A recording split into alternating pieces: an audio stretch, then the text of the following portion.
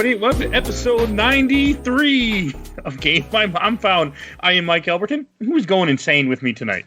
Remembering to dismember Michael Kinesis Hughes. That's good. And Cody, Swampborn of House LeBeau, professional rhino wrangler, warden of the Riverlands, bender of limbs, winter soldier, gentleman, adventurer, handsomest man, breaker of hearts, treasure hunter, friend to every single animal, and a desperado, as per the city of Austin, Texas, and of course, father of Grovers. Yes, your handsomest man of 2018, the one and only Cody LeBeau.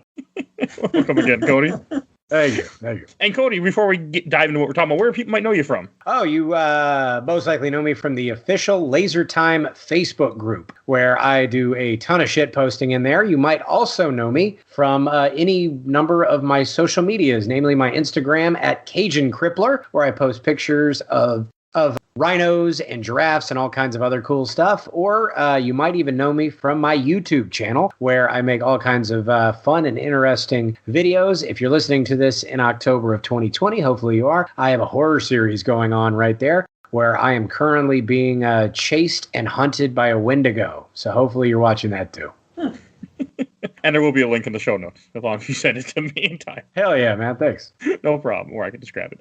But all right, and I Mike, since this is your pick, why don't you introduce what we're talking about tonight? We're playing 2008's Dead Space. At least it's not 2002. That's right. I was so pumped when you gave me the choice of games, and I saw that this was still like open for me to do, because I love Dead Space. This was a last-minute one. This actually originally wasn't on the list, but due to circumstances, ended up on the list. Love it. Don't care. Love this game. Yeah, we were picking horror games. I'm like, well, we gotta do Dead Space. Come on. Well, both me and him hate horror, so we have to play action-y horror games. Yeah, this is barely a horror game. It creeped me out. Yeah, I mean, I guess my qualification is any game that overpowers you over the enemies is barely a horror game. Well, it's more like gross out horror, I would say, in the way that, like any kind of Cronenberg kind of film, or like Event Horizon would be like a horror film where it's less. I mean, there are like jump scares, but it's really more like ooh than it is you know what I mean? Yeah.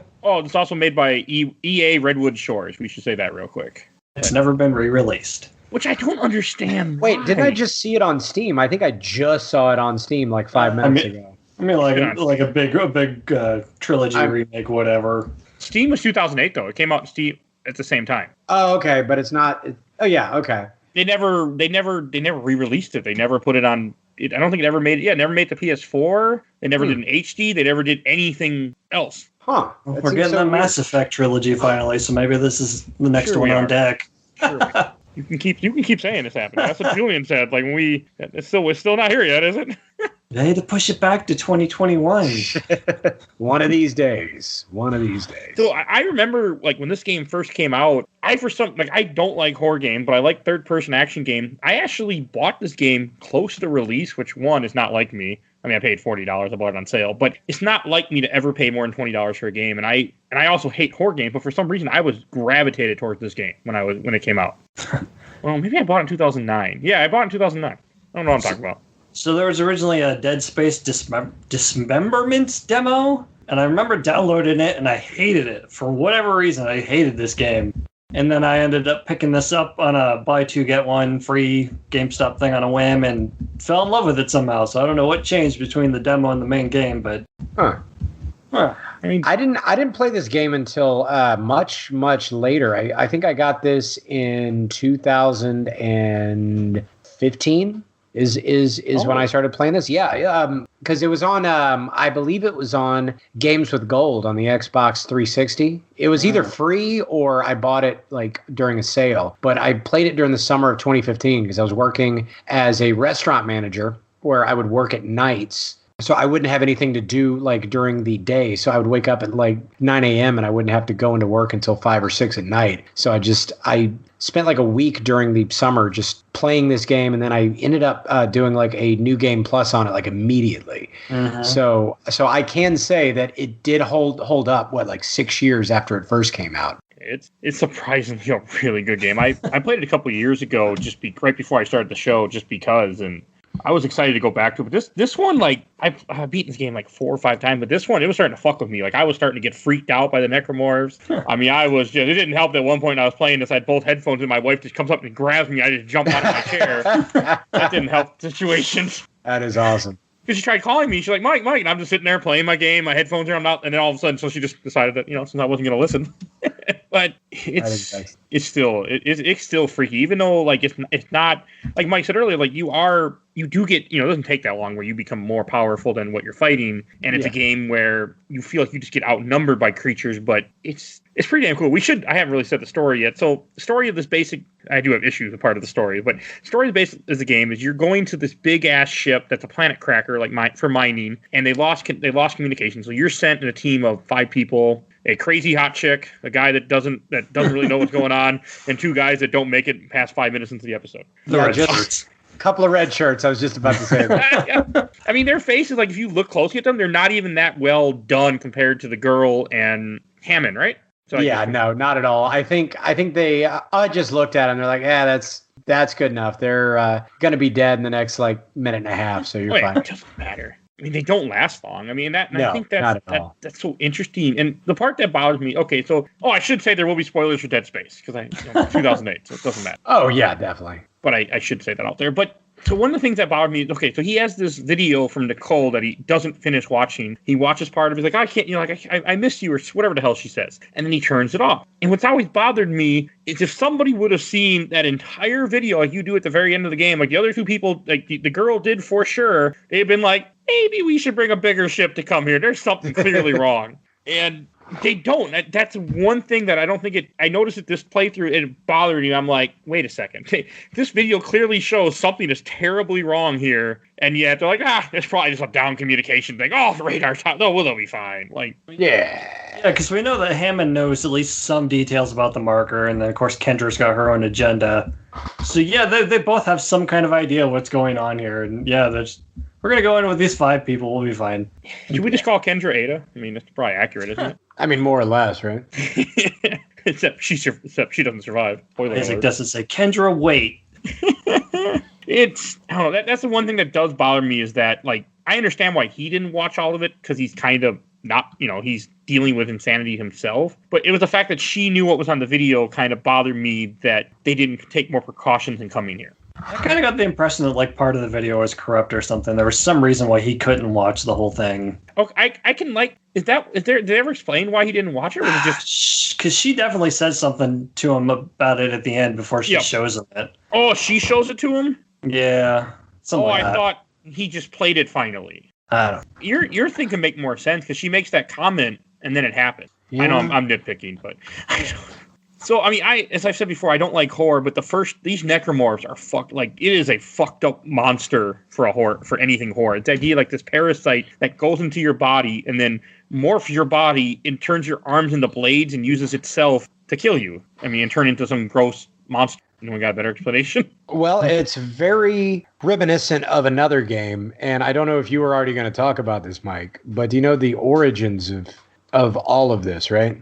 Oh, I know they were inspired by Event Horizon, Resident Evil 4. Even. Okay, so did you know this game was supposed to be System Shock 3? That I did not know. Yes, this began work as System Shock 3, and then Resident Evil 4 came out, and they went, oh, we should just do that. And so that's why it's a little bit of both, where like you can see there's some definite System Shock 3 vibes in there, but then you can also see where they just cribbed all of Resident Evil 4 straight out of it, with all of the monsters that are sort of these, I know they're not bioweapons, but they definitely have that sort of body horror, things rip out of the body, but they still kind of maintain some of the look as per the Los Plagas and the the G virus that made Dr. What's-His-Nose turn into that monster in Resident in Resident Evil 2. Love that game. But yeah, but you can definitely, I mean, knowing that now and then thinking back to Dead Space, you can totally see where that came from, right?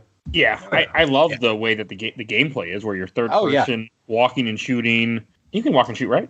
Yeah. Okay, Resident Evil 4 you can't though. No, and that's why I think Dead Space handles better than Resident Evil 4. I actually liked it a lot better. I've said this before, and I'm probably still going to get a whole lot of hate for it. Resident Evil 4 is really not my favorite Resident Evil game even. Like, I think it was okay for what it was trying to do, but I think I just played it too late, and I've still never finished it because it just frustrates me so much. I know. I finished 5. I finished 7, 1, 2. Like, I finished almost all of the other ones, but just 4, I just can't do it. 4 is my favorite. Which is what I totally get it. I think I am wrong, and I should try to finish it one day. But every time I start, I end up making it to the giant fish monster in the boat, and I just fall off around that time. It gets way better. I don't know that you're wrong. Okay. I think anyone that likes the old style Resident Evils, it's a big enough jump that it could definitely just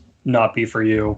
But I still loved 5, which is objectionably not a good game, but 5 is just beautiful trash to me, and I can finish it in about 6 hours, and I love it. 5 has co-op though too. Yeah, definitely. Yeah. 5 is pretty dope for the co-op. I'm biased on 4 because I got 4 the day it came out, and I used to have, rest in peace, cardboard cutout, the cardboard cutout for Leon for Resident Evil 4 with the El Gigante in the background. Oh, I got it from EB Games. I had it for years until my parents put it in the basement and it got wet somehow, and then that was the end of that. But R.I.P. Leon. If they would have kept it alive, it would have came in this house and it would have been right here in the basement. It would be sitting right next to you, huh? It would be. Right now, Leon would be your co-host. It'd be a video, that's for sure. But yeah, it didn't make it. So like, I love the idea of this game though, where like the ship was overtaken by these necromorphs. You don't really know anything. You just see these aliens that pop out early on, and your ship gets destroyed in the first like 15 minutes. Everything going to shit. Like we said, your two red shirts are killed, and all 3 of you are split up pretty quickly. Yeah. And I love that. And also, nothing in this game doesn't happen for a reason. It's all one little story. Like, at least this game, it's one story told of you guys on this ship trying to survive, trying to find a way off, and have no idea what the hell's going on, except for Kendra, who is a Earth special agent, I guess is what it says. Or the Earth government allegiance or something like that. Yeah. And poor Isaac's just an engineer. Like, he's not even trained for combat. He's just... And then they sent him there in that basic ass suit that just looks like jammies with like a few lights and like plates on it. We're gonna glue some metal bars to your underoos. In like long johns, yeah, like such a rinky-dink operation that they're running out there, you know? Well, I liked how the fact that he's just a miner, that he's not a soldier, and that all your weapons are just mining tools. Yep. Yeah, pretty much everything except the pulse rifle, right? Mm-hmm. And that gun is useless, though. Yeah, no, that's trash. I used it... Well, the first time I played this game, I actually did try to use different weapons. Every time since then, I only use one weapon now. I only use the pistol. I have done an all plasma cutter run, and it is fun, but I love to kind of switch out, set mines, start fires. Like, it is fun to just kind of switch it up just for the spectacle of it. But really, all that you need is just the plasma cutter, right? And the developers knew that because there's even an achievement called the one gun for just using that through the whole game. And it is extremely versatile, but man, you're missing out if you're not using some of the other guns. It's just a blasty blast. It's why I only use the one, because of that achievement is what pushed me to only use the one gun. And then I've never went back because I know the other guns are better, but when I play a survival horror game and you give me limited inventory, I will only use one weapon. It's just what happened. Yeah. But Resident Evil 4 is a little different, but you can hold like 4 weapons too, which is nice. You can hold a lot of crap, but one thing I do love about this game is that your pickups are based around whatever you're holding. Absolutely. So you don't end up with just like a whole bunch of bullshit. And I wish more games did that, to where it's like, oh great, this shotgun ammo that I will never ever use, and then it just gets stowed away in some kind of a chest somewhere. Nope. If you're holding only the plasma cutter, you're only going to find the ammo just for that. Mm-hmm. So I don't know why more games do that. You're actually kind of hindering yourself by carrying 4 weapons because it splits all your drops between 4 different ammo types. That's why I don't use more than one. I like a game where I kill something, I get ammo. Like Resident Evil 2 remake, I kill something, I don't get ammo. I get sad. Well, do you actually kill stuff in that game? Because it's I killed very few things in Resident Evil 2. They just kept coming back. Oh, dude, I can't wait. So, well, Yeah, I'll save that for next week. Spoiler, that's what we're playing. There is one thing that I did have. The only thing that I didn't like about the first chapter, and I believe it was in the towards the end of the first chapter, is when you get to kill your first necromorph. There's that sign, right? Written in blood. It's like cut off the limbs, right? And then you get a message that says, Isaac, cut off the limbs. And then of course you see another message that says, cut off the limbs. And then you open up the little arm thing and it pops up and you go through your emails and it says, Isaac, just in case you weren't looking at all of that other shit, cut off, like, dude, game, I get it. That's a lot. They really, really wanted to make sure that you knew to cut off the limbs.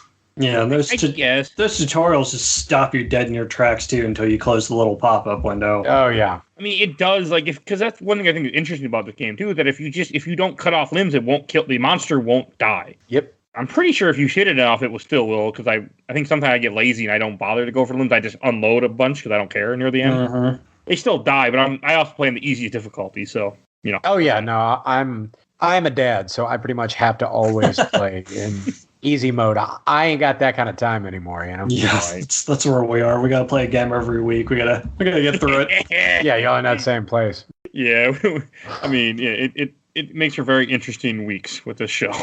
But it just, I know back in the day, because I really liked achievements and I really liked this game, I went for hard mode. It didn't go so well. I couldn't finish it. I don't remember why I couldn't finish it. I don't remember how far I got, but I know the game just broke me and I just gave up. It was just too much. It was too damn hard on the hardest difficulty. It's kind of overwhelming from time to time. Yeah. I wonder if going back during New Game Plus would be would make that any less brutal, because you get all of your stuff back. So you get kind of strapped up from the very start. I just can't remember if you can do that for that. Yeah, I wonder if this is one of those games that doesn't let you change the difficulty in between playthroughs. I'm not sure, because I have not tried. I think when I played it the first time, I did it on medium, and then I did a New Game Plus on that. And then for this latest one, I just popped up the 360 and just started it back just on the easy baby mode. So, I'm not really sure if you can swap that out or not. I still died on easy a couple times. Yeah, there's insta traps everywhere. That's what got me a couple times. Fucking centrifuge. I think that's interesting too, that it does have so many insta-kill traps, and that it does have little things that will but the checkpoints are all very quickly. The game gets you right back in. It doesn't make you go, far back to your last save point. It's pretty good like that. Yeah, it is really nice for getting you right back into it. And I feel like a lot of the levels, once you get to a certain part, you are fairly centralized, so it doesn't really hurt you that much. Like the stages are kind of built in almost like a circle, so it's not too hard to go back around. Does that make any sense? It does. They are designed because I think it's interesting. You do go to a few areas multiple times, but every time you go back to them, they're so different. Oh yeah, like one's on fire or something. Yeah, because I also like the idea that every level is not just just a random level to make the game longer. So, we got to go do this to save ourselves. Okay, now we're going to try this to get this working. I love that. Like the second mission, you're going to the medical deck to get the captain's ID card so you can do more stuff. On the downside of that, though, is every chapter is just a fetch quest. You're going to go get something or turn something on. But yeah, it definitely fits. It doesn't bother me. Well, that is a very BioShock kind of thing of them to do, where you'll get right up to that spot and it's like, nope, you got to go all the way back around and go and get the key card and then come all the way back to it, and then you're right.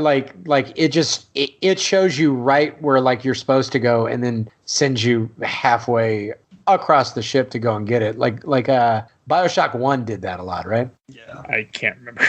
Yeah, I'm pretty sure that was BioShock's 1's MO. It's all right, just one more door, and then I'm gonna finally get to go and fight the main boss, and then that door slams shut right in front. They're like, wrong move, sucker. Now you're gonna have to go take pictures of dead bodies. And yes, holy You should.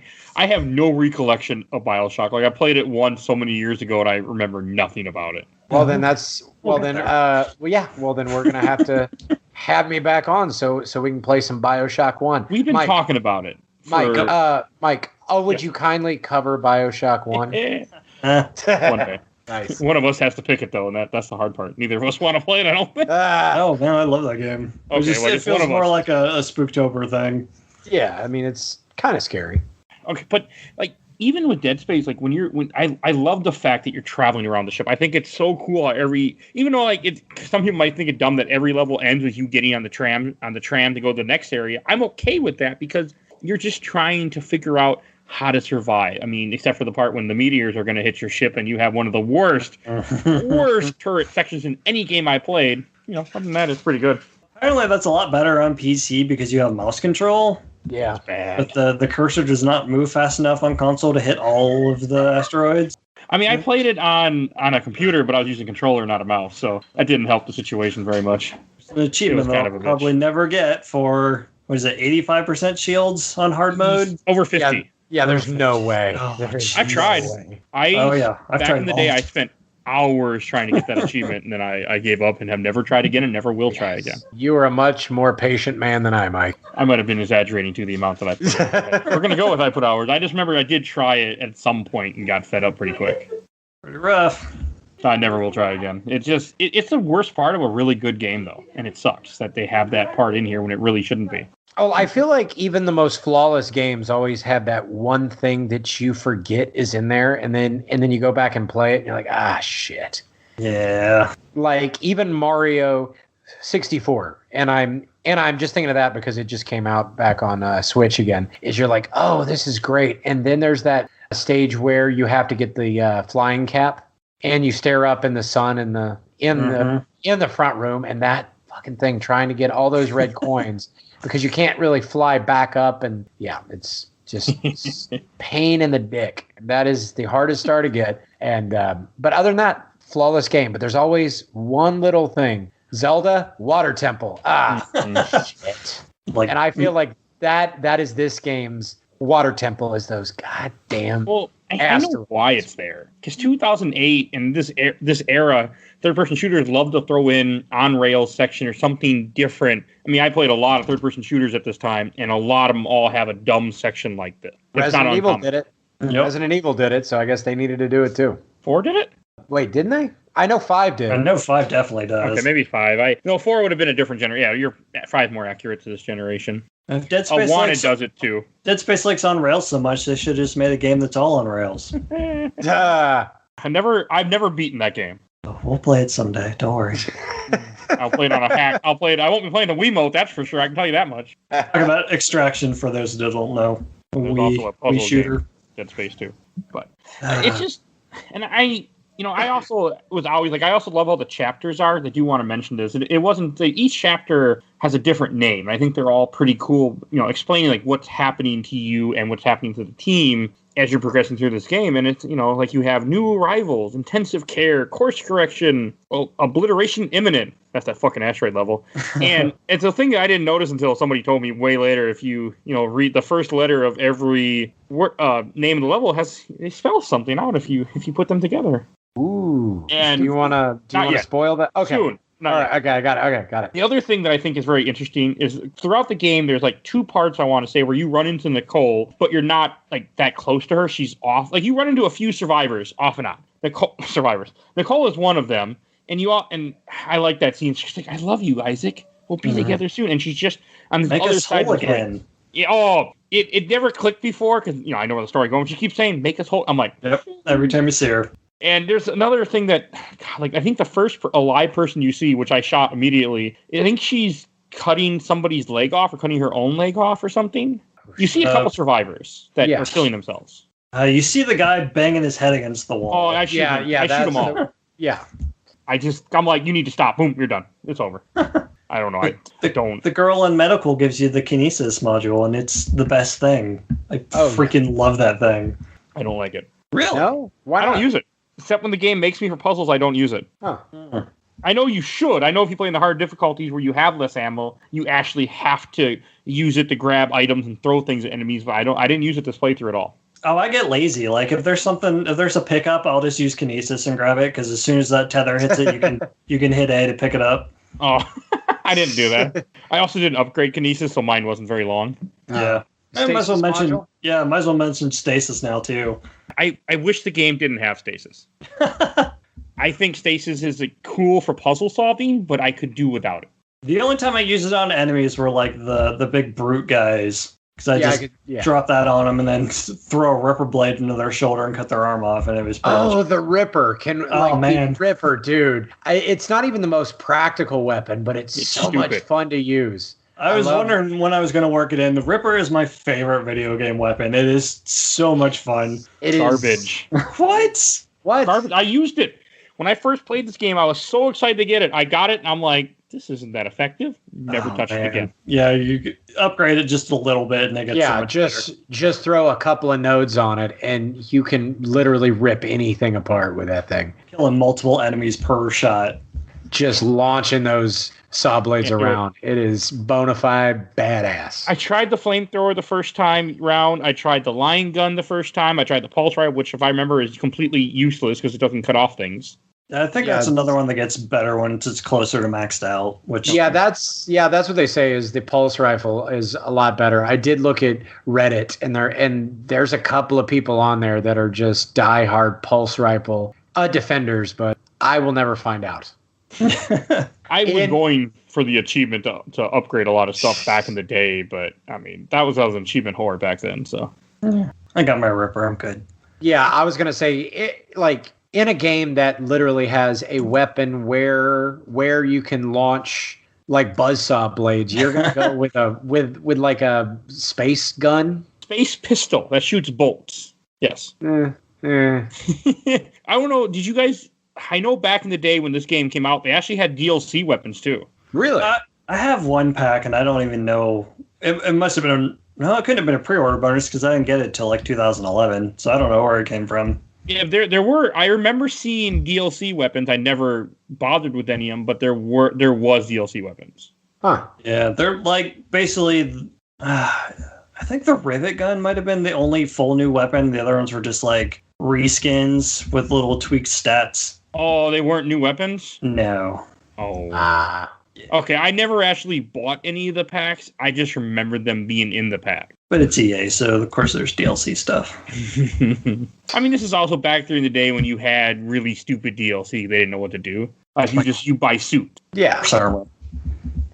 Simpler times. Like you could maybe buy a horse armor for your horse. Yeah. Which they got rolled so hard for that, but isn't that like Fortnite's entire model now? Yes. But it came at a later time. Okay, yes. I think you are right. I'm looking through all the packs, and none of them are actually new weapons. So never mind, I was wrong. Yeah, I think there's like stronger, they shoot faster, or something. And they have different outfit you can buy. Yeah, like I've got one that's covered in marker symbols. Yeah, there's some weird ass looking stuff. So like this game is just it is intense. Like it still kind of hit me, especially in the part when. About midway through the game, they throw in an enemy that can't die and a psychopath scientist that's talking to you and insulting you and telling you how you don't, trying to get you to believe in their god. And that sounds familiar. And it's just like he is this one fucked up asshole. And the only thing I always ask my question, like, how did none of these necromorphs kill him? Because they aren't on his side, as you see later on when he sacrifices himself. Yet he was okay for a long period of time being around them. It seemed odd to me. He had plot armor. You can't die until the plot demands it. Bingo. Yeah, you are correct. Okay. It just, I don't know. That level with the regenerator, though, it's fucking freaky as hell. Like, the first time you see him and you knock him out, and all of a sudden he just gets right back up. You're like, what? Yeah. At least he doesn't chase you for half the game like some other games that have stalking enemies. I feel like your ahead is already in the next. It is. Man. We got stuff to say about that one. We also play these games a week ahead kind of now, so so y'all are so you're currently working through that one. Yeah, plus we played these back to back, so a lot to compare. That wasn't a good idea on the person that does the schedules part. I feel like got some work for that guy. but like the entire generator is one of the freakiest moments when you first see him put together, and like I love the fact that you're fighting him and you're trying to beat him, and you end up running into a room where you freeze him to get rid of him. Like I think that was a really cool part too. Mm-hmm. Yeah, you don't kill him, you just freeze him, and he gets sucked away somewhere else. You're like, okay, we did it. You didn't do it, but he probably won't be back. Yeah, it's just. I don't know. I find this game so cool. I don't have a problem with anything other than the 2 turret sections, even though the second turret section is much less horrible, but I still almost died on it a couple times. Yeah. Well, the second one's just a boss fight, so at least you're not fighting asteroids coming at you from every which direction. I found the trick to doing the asteroid one is if you just keep shooting in the center as much as you can and kind of stay in the center, you can do a lot more before you get overwhelmed. Yeah, makes sense. Huh. But at least it worked for me after I died 10 times and I was getting really pissed going, well, I don't need to beat this game for the show. And I got it. So I was bad. That's the spirit. You can't even just hold down the trigger because it shoots for so long and then has to stop and reload or whatever. Recharge. Yeah, it's like the plasma rifle in Halo. Just like a battery. You have to be careful how much you push at it before you're in trouble. It's intense though. Like it is enough of that turret. But there is that one level when you find out that one of the monsters is like poisoning you, I think. You're poisoning the whole ship because you're starting to fuck with things. Oh yeah, the guys that are like in the fetal position with the gas clouds around them. That's cool. Like the virus is, and the necromorphs have taken over humans and are using them to pollute their poison into the world and make it more habitable for them. I like that. I like that level too. That is a cool level when you're in the whole garden area and you got it's really cool to me. Hydroponics. Oh, so I do have a question for you guys. When the first time you played this game, how long did it take you to figure out that there's a map button where if you hold down L3? Speaking of things we haven't talked about yet, you really don't need the map because you hit R3 and it gives you the little guide arrow. Oh, that's what I'm talking about. I thought it was L3, but yeah, the guide. Oh yeah, no. I figured that out, I think, pretty quick. But I also typically play games with the wiki pulled up, which I don't look at it until I get stuck for more than 30 seconds, and then I immediately look at the wiki. So I know I probably figured that out pretty quick. You mean it wasn't 8 chapters in the first time? I know, right? No one would do that. No, only somebody that's really, really bad at video games like that. Yeah. I don't remember how far I was, but I didn't figure it out until way near the end of the game. And I gotta say, this game's a lot creepier and a lot scary when you don't have that button and you don't know what the hell it is. You have no idea where to go. That's actually, There is a map too, and it's like, why do you need that thing? If you don't hit R3, the map is really useful, Mike. I don't know why. I guess it gives you options. But the first time I played this game, I didn't figure it out until I want to say very close to the end. It wasn't until a friend of mine was trying out the game for the first time, and he hit the button. I'm like, "What's that?" And you don't hit just like every single button just to see what it does when you first play a game? I do now. Oh well, I also played this on a tube TV for the first time. So early 360 and tube TVs, they were real fun to see stuff.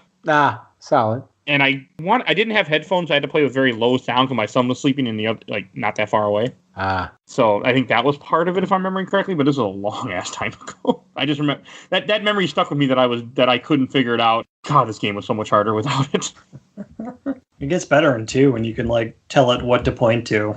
God, I'm excited to play 2. Oh yeah, I thought about starting it as soon as we finish up. I'm like, I need to play some other stuff first. There's many other things for the show. Yeah. I mean, the necromorphs, they don't change a whole lot. You only really have 5 different kinds, maybe? The regular necromorphs, the one with the long tails, the baby necromorphs that shoot the spikes at you that I hate. Oh, yeah. Lurkers.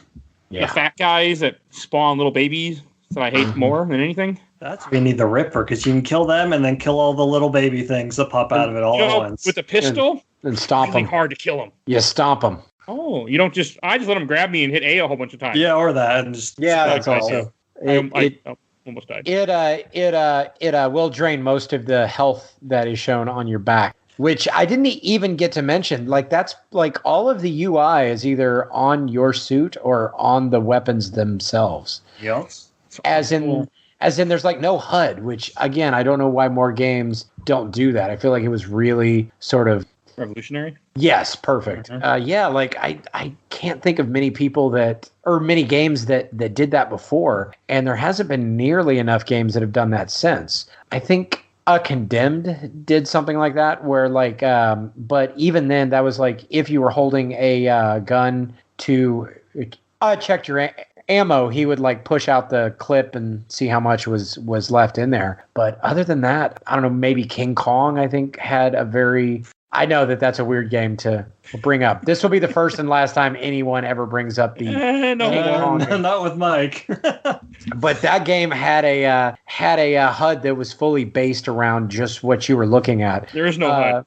Well, right, but I thought you could like see your damage based on your armor. Really? Huh. The only way you see damage is the screen gets redder, and if you need to check your ammo, you press the button, he goes, I got 4 megs left. I got 3 shots left. That's right. And then the best use of that kind of HUD of all time was Jurassic Park Trespasser, which we all know and love, where you would look down at your own boob and see how your tattoo was looking. So you have my attention, sir. More games need to do what Dead Space did, is I think what I'm trying to get at there. I like the fact that you can see your health on your back, and you can see everyone else's health on their back too. Which makes sense, because like if you're in space, then your radios might go out, and you're like, hey, is this guy that's also doing a spacewalk dead, or does his radio not work? You know, if he's laying, and then you go, oh no, look, his little bar is unfilled, so I can just like steal his plasma cutter and toss mine and not have to feel bad about it. I do like that you don't even have the plasma cutter to start the game. You get it from somebody. Like, you came with nothing, which I don't understand. You're here, you're a mechanic to fix the ship. You brought no tools. Well, I mean, it's this giant ship. I mean, you don't bring sand to the beach, right? I mean, space travel is expensive, and it's all based on weight. I would guess you would want to travel on your own ship as light as you possibly can. So he's probably expecting. Then his own bosses couldn't pay to send him off with wearing more than some fucking jammies. So I don't know why you would think they would give him like any kind of decent tool to work with. I don't know. It's just one of those things that, like, I mean, again, I'm nitpicking a little bit, but it made me think about, well, shouldn't he have that? But it works. Oh no, this is totally me just like grasping at straws to like. Oh, you're fine. To force a plot hole to work. So.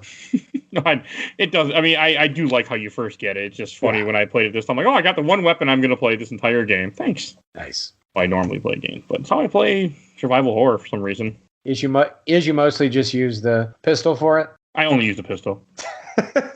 I mean, he didn't pick up a single other gun the entire game. I didn't buy anything. Oh my God. Nothing. Really? Only that one gun. You at least upgraded the suits, right? I did later, yeah. Okay, good. I didn't upgrade the Connect. I didn't upgrade the Kinesis or the other thing, but yeah. Oh no, I meant buying the new levels of suits. Oh yeah, I buy all the suits because the suits. One, he looks cooler, which is definitely way cooler. But also, you get better. You take. I think you can take more damage. I think that's what it upgrades. Well, yeah, your spine juice gets longer. Okay. And you can carry more items, most importantly. Yeah, that's the most important thing. Yeah, of course. Oh, and anyone that's interested, Jurassic Park Trespasser is not on Steam, by the way. What? No. There is a Game Informer replay episode of it, though, that you should definitely check out. Twitter we might play it on the show. Oh, no. Yes. I'm looking it up right now, and I'm like, oh, this looks interesting. They had a hell of a time getting into running that episode, so. I live on the real life Jurassic Park, so that is I would definitely say 10 out of 10. Definitely do Jurassic Park Trespasser. Okay. If we do it, guess who's coming back? Because it might be happening. Shit. All right, fine. Yeah, just like I'm watching it right now. I'm just looking at it. I'm like, ooh, this looks awesome. Oh no. No.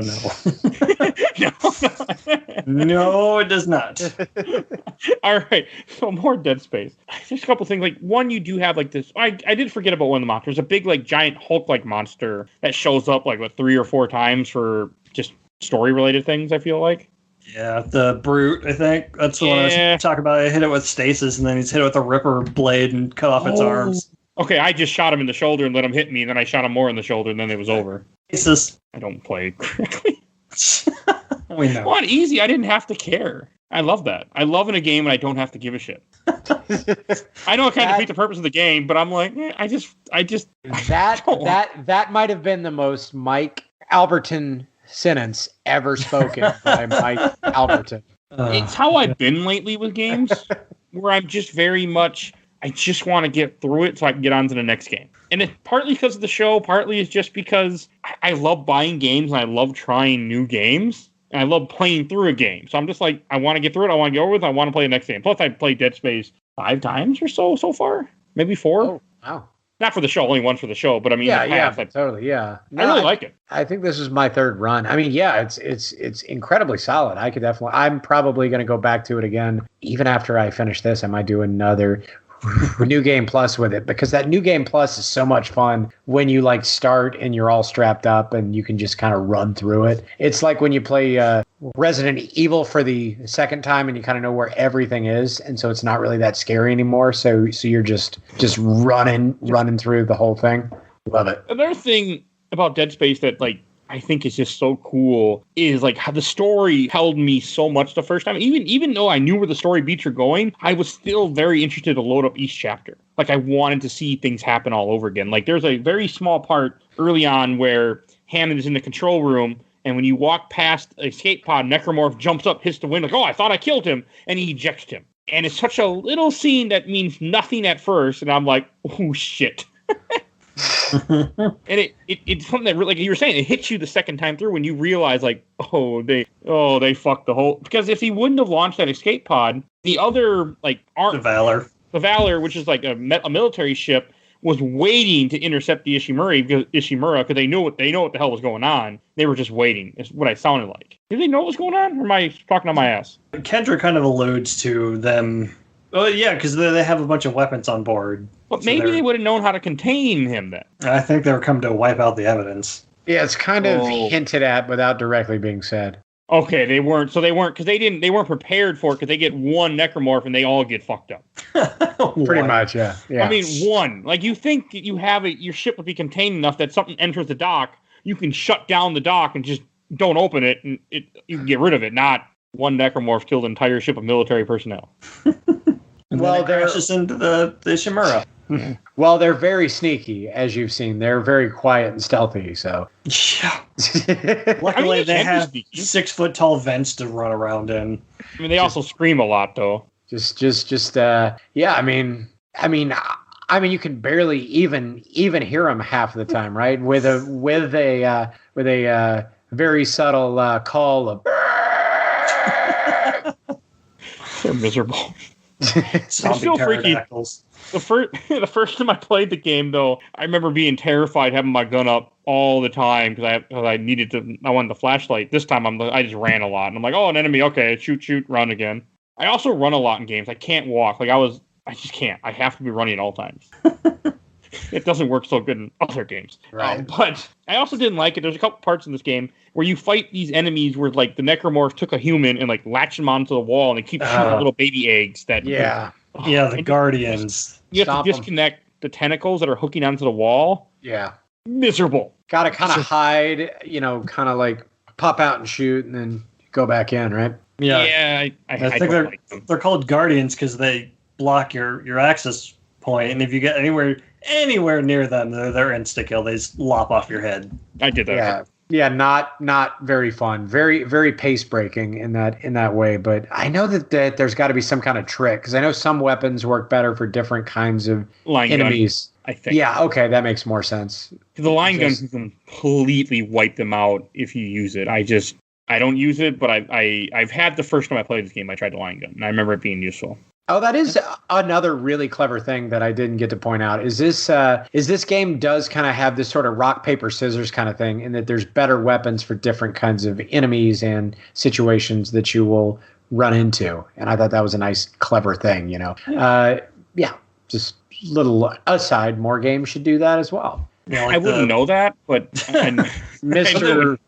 Plasma Cutter here. Hey, it's mostly good the entire game. There's only a couple parts where it's a little frustrating to use, but they're very few and far between. Fair. The achievements kind of hint at that, though, like with the lurkers, the things that shoot up the 3 tentacles out of their back. There's an achievement for taking out all 3 of those with one shot of the line gun. Oh. So they kind of give you hints that some weapons are better for certain enemies. Well, this is also a time when they really use achievements a lot to enhance a game. Well, and I think that's the best use of it, is getting you to try something out you might have not ordinarily tried to try out yourself or have even thought of. It's much better than like killed 10 enemies of a certain kind. It's like, hey, why don't you try to do this really badass thing? Because we, the developers, know that when you see it, you're just going to completely shit a brick.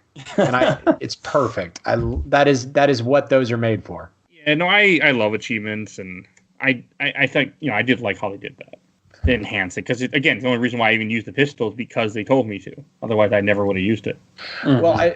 Well, it's like one of the best versions of that ever was in Red Dead 1, and it's like tie a lady to the train tracks and then let her get run over. And I'm like, yeah, why didn't I think of that? I did that too for that achievement, just because. Yeah. But then once I did it, I'm like, I wouldn't have even thought of that. But that's how I could experience doing that, is because I was doing it just for the achievement. It's nice when you get kind of both in one in sort of one act. You know what I mean? Yeah.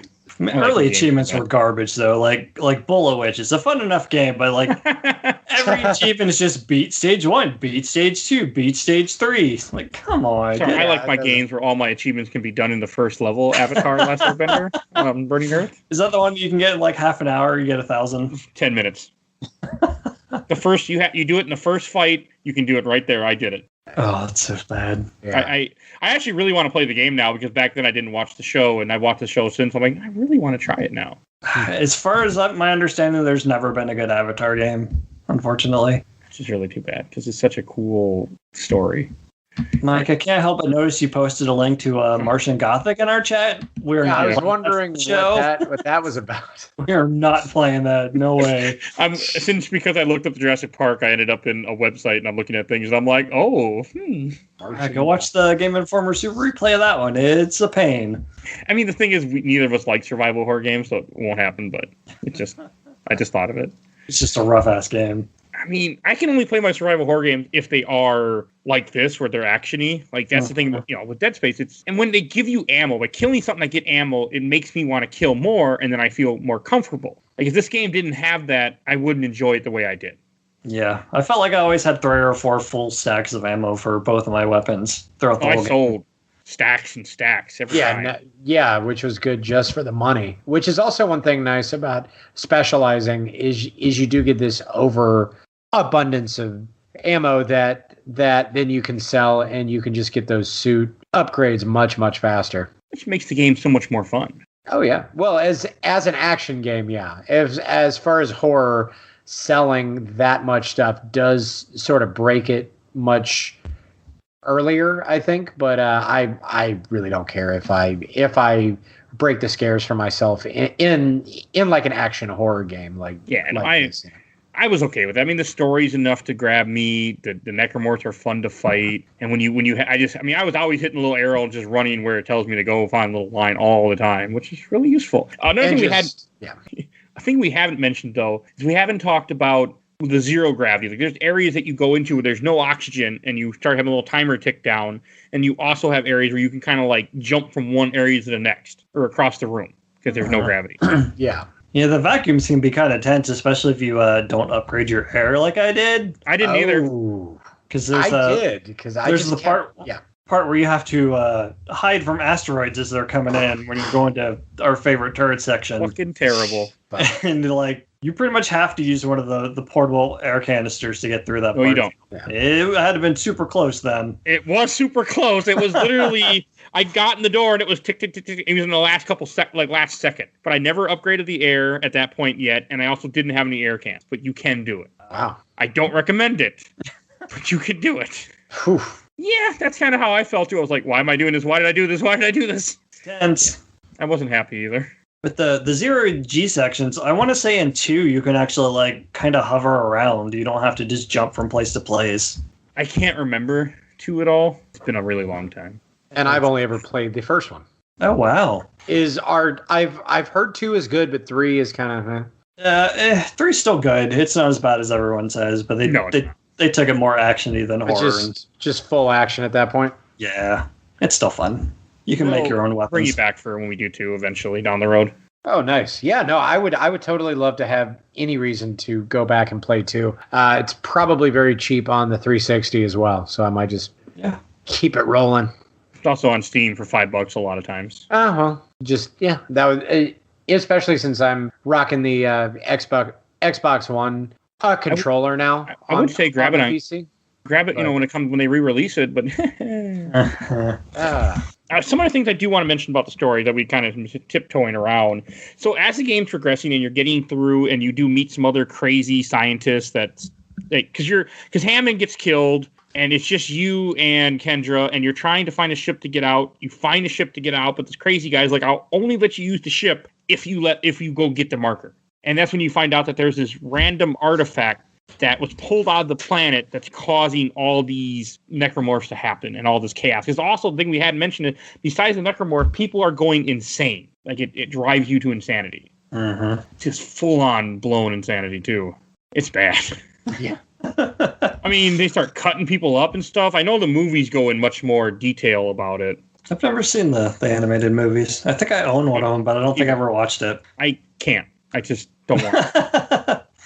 This game was gross enough that I'm like, nope, I'm good. I might for the show. If this episode does good, it will be on the show. But other than that, it will not. Fans decide, right? Whether or not we're doing more Dead Space. Oh, yeah. If people like this, there will be more of it. And the reason why we're finishing up the Blood Omen series. Legacy Kane. Oh. What's been your most popular game that you've covered so far? Like, what have you gotten the most? The top 2 are Star Wars Republic Commando and Pac-Man World. Pac-Man what? World. I don't know. Don't know why. Every month, people download Pac-Man World. Why? I don't fucking know. No fucking idea. It's almost at 2,000 downloads, and I don't know why Pac-Man World. Like, we've done Parasite Eve, we've done Resident Evil, we've done Mario games, and fucking Pac-Man World number 2. I was getting ready to toot my own dick and be like, well, Alice is probably the best one you guys have done. It was in top 10 for a while. It's not there anymore, but it was. Wow. I was gonna kind of be like, well, I mean, I wonder who co-hosted that one. That you got. Who was your guest on it? Yeah, no, that one was a whole lot of fun.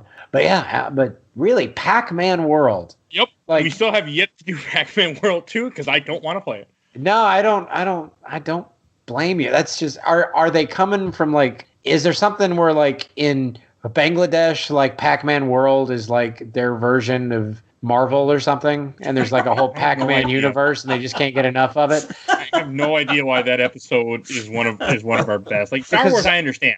Star Wars. Yeah, but I know Heathcliff is big in Peru or something, and they made 8 Heathcliff movies there, and you're like, Peru, that's. So I don't know if there's some if there's some kind of untapped Pac-Man international fan base that I'm just not aware of. I got nothing. I mean, we are listened to a lot in New Zealand, though. I know that. So. Well, that is whack. Our number 3 is Yoshi's Island. Wacko. And okay, Soul Reaver. Then Stalker, Shadow Chernobyl, Majora's Mask, Teenage Mutant Ninja Turtles the film, Oddworld, Pikmin, and Golden Sun. So there you go. Solid choices. So if you haven't listened to those, go listen to them because other people like them apparently. Please do. All right, enough of that. Back to the show. So as things are going crazy, and you find out about this marker, I like how there's a part later on when he sees Nicole again, and you start, as you were saying before, where Nicole is like, we'll be together, make us whole again. And things start getting really fucked up, or something's wrong. Because Kendra ends up turning on you and steals the ship that you just loaded the marker on after the scientist you were helping just shoot, all of a sudden, something rips out of his chest. That because Kendra shot him? Yeah, that's the way I took it. Because she's not there, and the way he's standing, I don't know how the hell she would have shot him. I think she's on the ship because it takes off right after he gets shot. Okay. So, yeah, she just simply rolls down the spaceship window. She did a flyby. Really? No, I'm serious. She's not, the door is closing, and all of a sudden he just had, it looks like something's ripping into him. I don't get it. I think that is coming from her, and then she hops on and tries to escape. And that's the part where you really realize how fucked up Isaac is getting, which I don't think we ever said his name throughout this episode. Oh yeah, space guy. Isaac. You don't even see his face till the very end of this game, which again is all that immersion that you are Isaac is the idea. He also doesn't all those speak this memorable entire quotes. game. Mike, he has Yeah, so many exactly. memorable lines in this movie or in this game. He talks in the second game, I think, though. Yeah, Yeah, he does. which has got to be strange. It's like, Isaac, you didn't have anything to say, like with your, looking for your lady love and all the things that happen towards the end, and you don't even, go, hey, Yeah. wow, that sure is scary, or wow, this sucks. He doesn't even give you one of those. Because grunts a lot. He's going insane too. Like you find out when he's talking to Nicole near the end, like right when Kendra turns on you and she tells you to activate the gravity beam. You can wait a little bit, by the way, because I didn't know what to do, and then I still it just activates just fine. Everything starts turning red. All the screens have this weird writing on them. She's like, "Make us whole again, Isaac. Make us whole." And that's when you really realize something's wrong here. I like that part a lot. Yeah, no, it's definitely very mind-bending. Without it even beating you over the head at first, you kind of slowly slip back into it and you realize, oh no, yeah, something's really, really wrong here. Should we, this is a good time to reveal the spoiler and the Almost chapter titles? I want to do it when next chapter. Okay. But the thing I do want to say is that like Nicole gets on the ship with you, and I was wondering, who is there actually somebody he's talking to or something, or is it just completely his imagination? I think it's just pure hallucination. Yeah, Okay. I think, that's all that is. I was wondering. We see some of that at the start of 2 as well. I have no recollection of that. Oh, man. All I can think of the Gandalf meme where he's like, he looks around. I don't remember this place. Nope. Yeah, that's how I feel about 2. I have good stories about 2, though. Partly the reason I can't remember 2 is at the time that I played 2 for the first time when it came out, my son's mother, my ex-girlfriend at the time, had came over with her new husband and visited us that same time I was playing Dead Space 2. And I just remember that, unfortunately. Oh, yeah, that's when I played the first one. It was like 2 weeks before 2 came out. So I beat 1 and loved it. I'm like, cool, I just get 2 now. It was a good timing on my part. I'm glad I was able to remind you of something just that way. Not what I was trying for, but I'll take it. 2 also had DLC also, story-wise. We'll get to there later. So, and then when you get on the planet, I think that part is badass too. So you get in the ship after you get the little shuttle back. Kendra gets in the escape pod. She escapes, says something to you, says it's not over. And then when you land on the planet, the one thing kind of got me is there's oxygen on the planet. I didn't get that. They've been working down there, It could be like, I don't know, they might have partially terraformed it. There could be like a bubble. I don't know. Again, I am just reaching really hard here. You really don't go far out from the facility, so it's entirely possible. It could have been terraformed maybe in a sense, but the thing that got me about it being terraformed, it's just the fact that the planet, they mostly destroyed it. So what are you even on? Yeah, because the USG Ishimura is a planet cracker, they call it. To crack open planets and steal out the real resources. And that's where they find the marker, supposedly. Yeah, that's the part that kind of got me, that had me questioning, is just the whole... I mean, again, it doesn't really matter. Because Kendra, when you see Kendra again, because as you travel through, you're trying to move the marker, you get the marker all the way to its resting spot, and then Kendra shows up when you walk into a room, locks you in a room, and then tells you to go watch the video. Yeah, and she also tells you that the marker is fake, that this is a man-made one, reverse engineered from one they'd found before. On Earth. Yeah. They're intentionally driving people crazy. So you mean the marker's actually somewhere underground right now in 2020? And that's why... Entirely possible. Dum, dum, dum. I mean, 2020 has been pretty fucked up, so... You know what? Why not? Throw it on that 2020 pile. If Necromorphs came out, people would go, they're not so bad. They're just like zombie bites. Not so bad. It's not real. You don't need to worry about it. It is I got possessed. It is my right to willingly necromorph. Don't tread on me. Oh, dear God. After everything that's happened in 2020 with the mask, I gotta say, anytime I see fiction where they're like, these people, that's unbelievable, they wouldn't want to wear a mask or they wouldn't believe in this virus, I'm like, nah, I understand. Zombie movies, right. Yeah, no, you totally get it. Like 90% of the people would die in an actual zombie apocalypse. More than that, I feel. Oh my God. Because if it happened in 2020, like, it's not real, everything's fine. This joke is a peaceful company. This joke brought to you by all of your relatives on Facebook. Pretty much, yes. Okay, enough of that.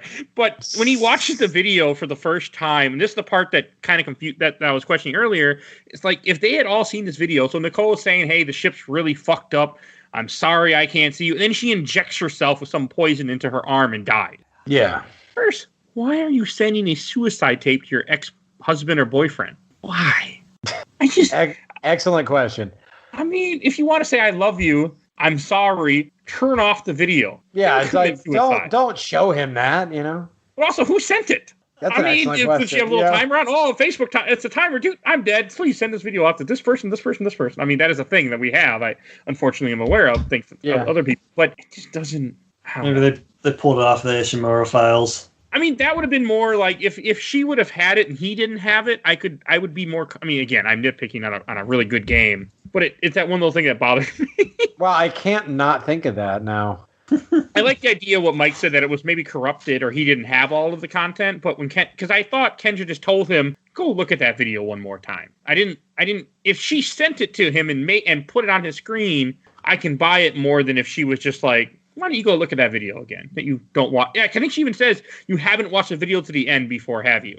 So I don't think she gives it to him. I think he had it the whole time. Yeah, probably. Yeah, should have.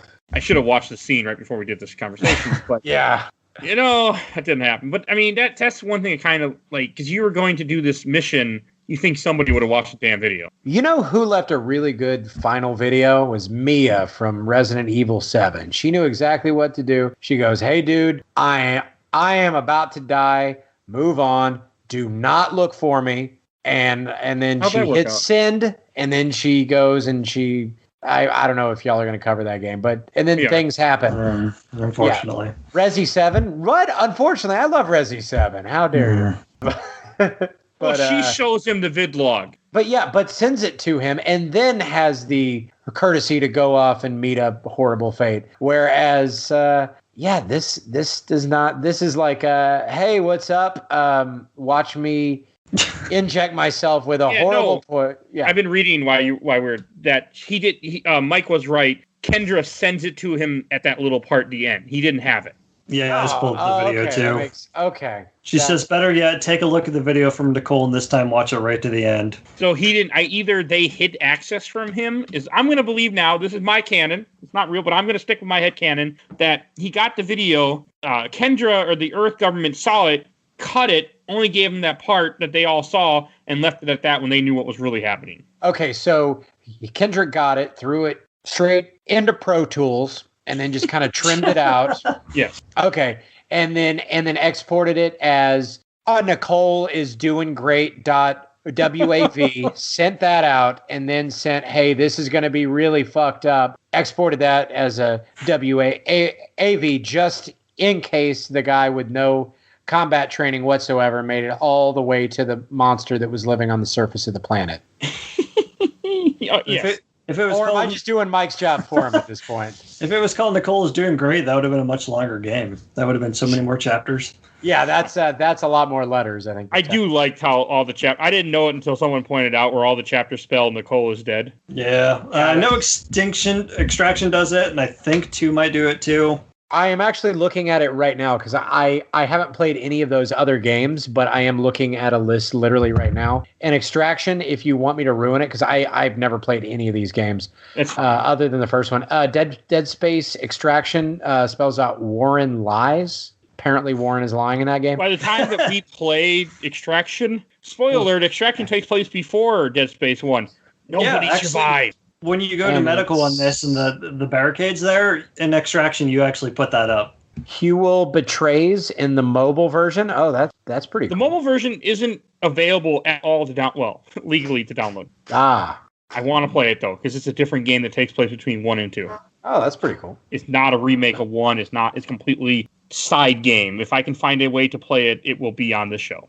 Nice. I just don't know if we'll find a way to play it. If we do... That was the thing. I'm sure I can find a way. I have Trespasser waiting for me, so we're gonna do that one day, Mike. If I can get it to run, we're playing it. Son of a bitch! I'm getting called back to play Jurassic Park. If I get it to run and I can put it on the list, yeah. Oh, we're talking about Trespasser again? No, that's okay. I thought we were still talking about Dead Space Mobile. Dead Space Mobile will definitely happen at some point. I don't know much. And then the final boss, because this game didn't really have any real boss. Like, you have the regenerator guy, I guess you do have the stupid cannon fight where you fight the monster on the ship with the cannon. You have the big fat thing in... But the Leviathan, Mike. Yeah, in Food Storage, you're right. You have Leviathan, and then... I love the Leviathan because you're jumping around, there's zero gravity. I didn't jump. What? I just stood still, shot him, he hit me. I got back up, I shot him, he hit me again, I healed, and I just shot him until he died. That's probably actually a much easier way than what I did. I don't play. I don't remember what I did. I know I did it in the first try. It was zero gravity until the very end. I'm like, oh yeah, zero gravity. Oops. No, that one's really fun because it's like because you can jump around and then as you move around the inside of a cylinder, then the whole thing kind of like rotates through, and then you can like bat the things that it throws at it back to it. I love that. Oh, I didn't throw anything at me. Wait, no, I remember I threw something right into that big stupid you can allegorical maw, and I would catch it. The explosive canisters that are floating around. That's what. Okay, so it didn't throw him at me, but I did catch him and then toss him back into that maw. I didn't do any of that, but I know you can. Into that dentata that it was flashing at me. It is a cool fight, though. Yeah, it's better than all the turret fights, so. Oh yeah, definitely, easily better than that regenerator fight as well, which is just you sort of trying to Home Alone that thing into the freezy place. Well, the second time reminded me. Yeah, the second time where you have to lure him behind the shuttle and light him on fire. Yeah, that's pretty awesome. Yeah, okay, yeah, that actually is cool. I like how you have to knock him out. Good, yeah. I throw stasis on him. I run in the room, hit the ignition, and then just wait. I do. Oh, Mike, it's like the end of Overblood. Oh yeah, except I didn't know that when I played Overblood, and I'm sitting there fighting them until I just lured them back there. I'm like, oh. Check out our anniversary episode 52 if you want to hear more about Overblood. Watch the entire Overblood Super replay. No, just listen to our episode. Don't do that. Our episode's shorter. All right, and then that kind of narrows down the other boss. But then the final boss, when you're on the planet, the giant, because they talk about the hive mind is controlling all these necromorphs, and you were trying to get the marker to where it goes. This giant thing comes up, grabs Kendra, like I think she slams her against the wall or something. It kills her. I don't remember how it kills her. But I know it like smashes her and then throws her against one of the buildings. She dies. I like Kendra. I don't care if she was evil. I still like Kendra. Oh yeah, because she got the evil sexy makeover there at the end. Definitely got a type, huh? So like and that boss is kind of cool. Like you have giant tentacles. You got to shoot glowing balls in his mouth. You got to shoot glowing balls in his chest. And at one part, it grabs you and holds you up. Like this game has a couple different moments that grab you and hold you upside down or hold you. You have to shoot a tentacle. This game's all tentacles and balls. It's weird. Yeah. It's not even made in Japan. But it's a good boss fight, and except for the 2 turret sections and the part where you have to run to get to the first turret section, this game is grade A. Still holds up. Oh yeah, and 2's better. So yay! Can't wait. Oh, and then after you do beat the hive, does he take? Okay, so he leaves the marker behind. Yeah, because some kind of like asteroid or something is coming to impact on the planet, right? Oh, debris crash into the planet. Yes. Oh, and to answer your earlier question before I kind of moved on, or not answer, but to finish up in that comment, you mentioned how the marker was found in Earth, which again, I don't understand how, but I guess Earth is a different like government, not related with the people that are living out here or something, I think. You're asking for story details, you're asking the wrong person. I know. Oh, I should know that too. You don't really, but they don't explain it in here, and I never watched the movies and never read the books. I don't really know the lore as well for the series, but it's just that the whole thing in the marker how it was remade and put in this planet, and then they activated it accidentally, and then it's just strange to me how you could remake something like that. Wow, there are 5 books. Well, there's a lot of stories to this. I actually have a ton of comments we're going to have to blow through here in a little bit for this. I have a lot. There's more books than games. That sucks. Unless you count the spinoffs, I guess. No, there's still not that many games. I mean, there's Extraction and there's Ignition. Ignition? The puzzle one? I beat that game. I have it, but I've never played it. Wow. Well, I've got news for you. It's a mini someday. Probably.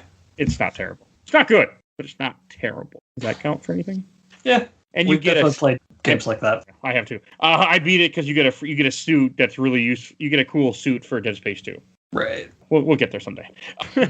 But and it's just, and then I guess the ending takes place. So he gets back on the ship. The planet crashes, or the thing crashes on the planet. Planet blows up, and then I guess it's sometime later he takes off his helmet. And I thought like right away, but it says sometime passes after this. Isaac removes his helmet and reminisces as the shuttle drifts through space. He begins to watch Nicole's tape, but cannot bear to watch it all. He switches off all the monitor, but then he sees something in his peripheral vision. As he looks to his right, Nicole attacks him, and the screen cuts to white and credits roll.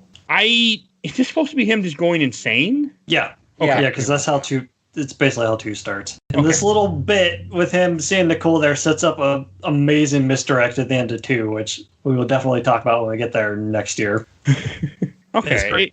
It has me. I'm really curious now about this Dead Space iOS game. You said it takes place between 1 and 2? Yeah. Huh. I just don't know if you're Isaac or if you're somebody else. You can probably at least find a playthrough video, you would think. I'm going to find other things, but... So that has my interest. All right, any last things to say about Dead Space before we go on to questions, comments, and memories that we have a lot of?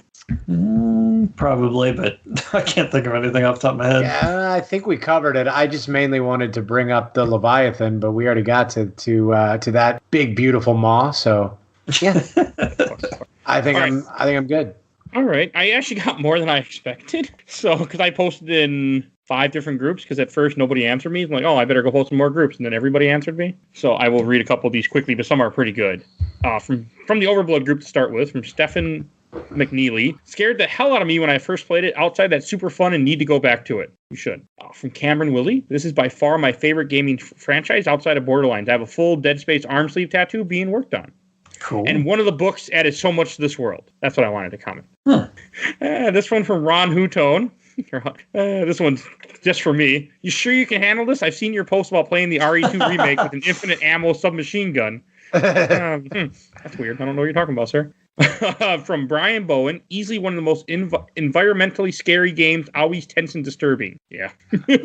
Yeah. And from the Laser Time group, I do got a few that I want to read. First one from Michael Beachy. Love this game. I'm a huge fan of Alien and the Thing and horror games in general. This came out during a relative drought of good mainstream horror games, and I gobbled up all the production blogs, and they released it, checked so many of my boxes. Day one purchase for me. All right. And from Michael Irving, absolutely love this series. The first is the best of the series, but 2 and 3 are still good. You're wrong, sir. But that's a hot take. It's okay to be wrong. Spicy. I mean, I think Devil May Cry 2 is better than Devil May Cry 1 and 3, but hey. Man. I like 2 a lot, I think.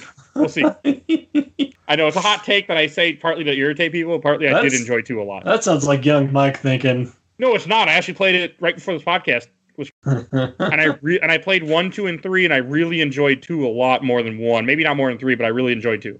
I mean, I guess that's how I am with the Deus Ex series, so I can't say too much. I like Invisible War more than 1 in a Human Revolution. Here's a good one from Curtis Lemonix. I was playing this game around the time me and my wife started living together. I made it to the first med bay, and I am focused listening for enemies. The moment one started coming through the vents, my wife took both of her fingers and jabbed them into my sides. I shot up like I was launching from Cape Canaveral. I was screaming. She had tears from laughing so hard. Sounds familiar. I can see my wife doing that to me. Exactly. I've had somebody do that to me one time while playing the first Amnesia game. That was almost on the show. Oh, dude! It won't ever be on the show now. But. No, it's terrifying. And when you have the big noise canceling earphones on, and somebody just comes up behind you and just wraps their hands around your face, you're just ready to start swinging.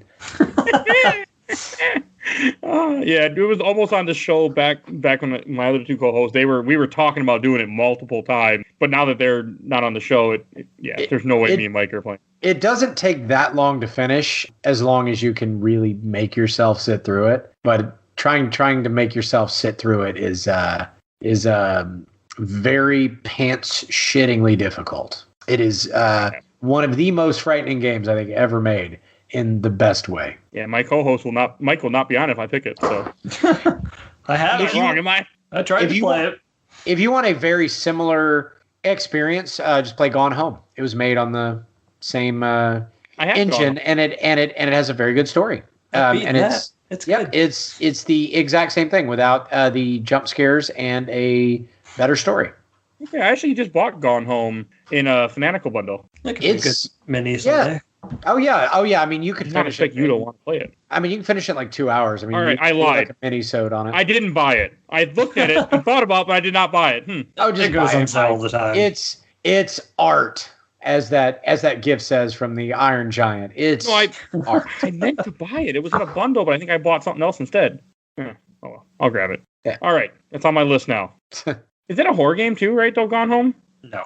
It has like moments, but there's nothing horrifying about it. Maybe there's other than your parents not loving you enough. That's the only scary I'm thinking part of it. Sweet. No, not Sweet Home. That's another Home Sweet Home.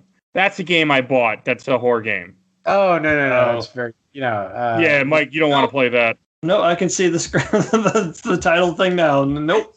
I was like, Mike, you want to play this? I'm like, what? Okay. All right. Gone Home's got some like horror misdirects, but it's not. Yeah, there's nothing really that scary in it. Yeah, no, you're fine. I'm gonna read from the survival horror game group because I have only a couple from these. Then I have the two big ones that have some pretty good stuff. I'll have to kind of cut through it though. From Travis South, great game. So my memory of this game is how close in and dark it was. Also, telekinesis, picking up the arms and shooting them at the monsters and sticking them to the wall. We did not mention that once. I wish I had done that. It's not as prevalent in this one. It's definitely more in 2 that you can do that kind of stuff. I forgot you can do that one. I didn't do it. I tried to do it, and it's not real effective in 1. And from Lee C, favorite thing, audio logs, jump scares, and being chased by the invincible monster. Least favorite thing, grave jump, witch glitches, out then kills me. I'm not sure what he's talking about. I like those audio logs because as soon as they pop up, you can push B and close them. I listen to them as long as I can open doors and shoot things. Once I can't do either, it's done. Like I said, since I played this game so many times, I can't stop playing. I have to keep moving. I'm just here to destroy necromorphs. No, like these right now, horror games are terrible for me because I live in a house for the first time in my life, or not first time, but the first time in over 10 years. I'm in a bigger house, 2 stories in a basement, and I'm just so fucked up, like scared of stuff all of a sudden. Like there was one day and we were playing Eternal Darkness, I had to get up, walk around with a flashlight to make sure no one was in my house. Nobody was, but I was all like spooked for no reason. I'm like, yeah, and it hasn't been playing Dead Space, freaked me out, playing Resident Evil 2. It's not been a very fun couple weeks. So what would you have done if you'd actually found something? Not much. Because there was no weapon in my hands, and I was standing around in my underwear, so it wouldn't have. I was gonna say, what are you carrying around? Are you gonna box like a monster that's hiding in the shower? Here's the best part. I actually forgot to unlock the basement door that goes out into the backyard the first time, so that didn't help things either. Oh my god! You are like Jason Voorhees' wet dream, Mike. Just walk. Hey, you guys! Anybody here? Just looking for the cat. You are dead first, my friend. See, I have a dog and I have 2 cats, so I feel like the dog might alert me if something's wrong. Maybe. See, you were that first jump scare, and this isn't my joke, but you were that first jump scare. Is like you hear a sound and then you go looking for the cat, and he jumps out of the closet, and you're like, Fluffy, you almost scared me and then Jason just machete right through the neck, and then. You are the murder that other people find to figure out there's something else wrong, which is again not my joke. That's Kumail Nanjiani, I think. But that definitely sounds like you, Mike. Oh, and then one other part, or not another joke that that happened to me that I'll tell this next week too, but I'm going to say it here.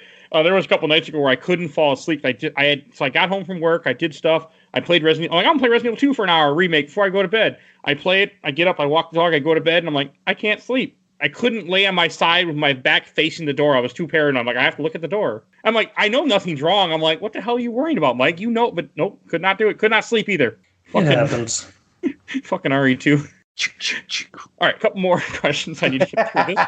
From Flip Floriesic, I have no idea. The marker can really mess with your head before you go mad. Hallucinations, visions, whispers, audio logs, loneliness, monsters, and mad survivors killing themselves. All that creates a unique sense of dread, paranoia, and hopelessness. The story itself is chilling, horrifying, and very sad. These are all 100% good things. Being chased the Regenerator's necromorph was one of the most intense moments during the game. In my final chapters, I just wanted to escape from that ship. That's how stressful, suffocating it was. That's another thing. Like, it really is a stressful game.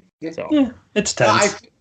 I feel like not enough movies enough media gets across the horror of just space itself, minus any of the monsters or anything, but just sort of the claustrophobic. If there's any kind of rip in this ship, like all of the oxygen's going to fall out and there's going to be explosive decompression, and it's so fragile and terrifying, and there's nothing anywhere near you that's going to help. And I feel like not enough like space horror just gets the space itself aspect right. But just Dead Space, when he mentioned that, I think about any time that you had to go through like a rip in the ship and your oxygen's just falling off and there's necromorphs climbing up the side, where space itself is just as much a villain as the necromorphs themselves are. That's a good way to put it, though. I mean, I think this movie was also inspired by, or not movie, this game, some movie about the sun,